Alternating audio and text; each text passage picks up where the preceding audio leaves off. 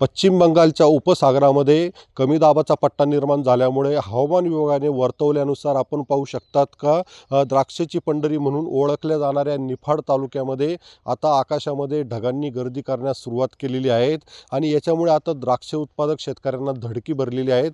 कारण की द्राक्षांचं पीक जे आहे तर ते जोमदार आलेलं आहेत. अनेक ठिकाणी द्राक्ष घडांना मणी आलेले आहेत, तर कुठं द्राक्ष फुगवणीच्या स्टेजमध्ये आहे आणि अनेक ठिकाणी द्राक्षांचं उत्पादन जे आहे तर ते आता काढण्याला सुरुवात झालेली आहेत.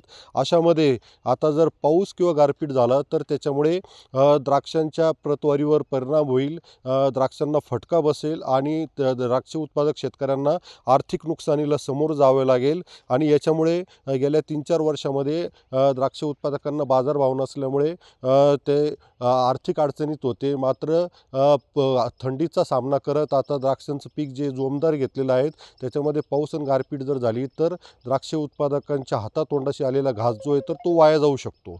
उमेश पारिक, TV9 मराठी, निफाड, नाशिक.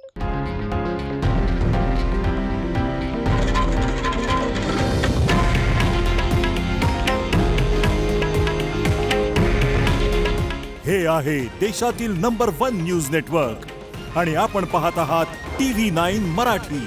काळजी तुमची, हित महाराष्ट्राचं.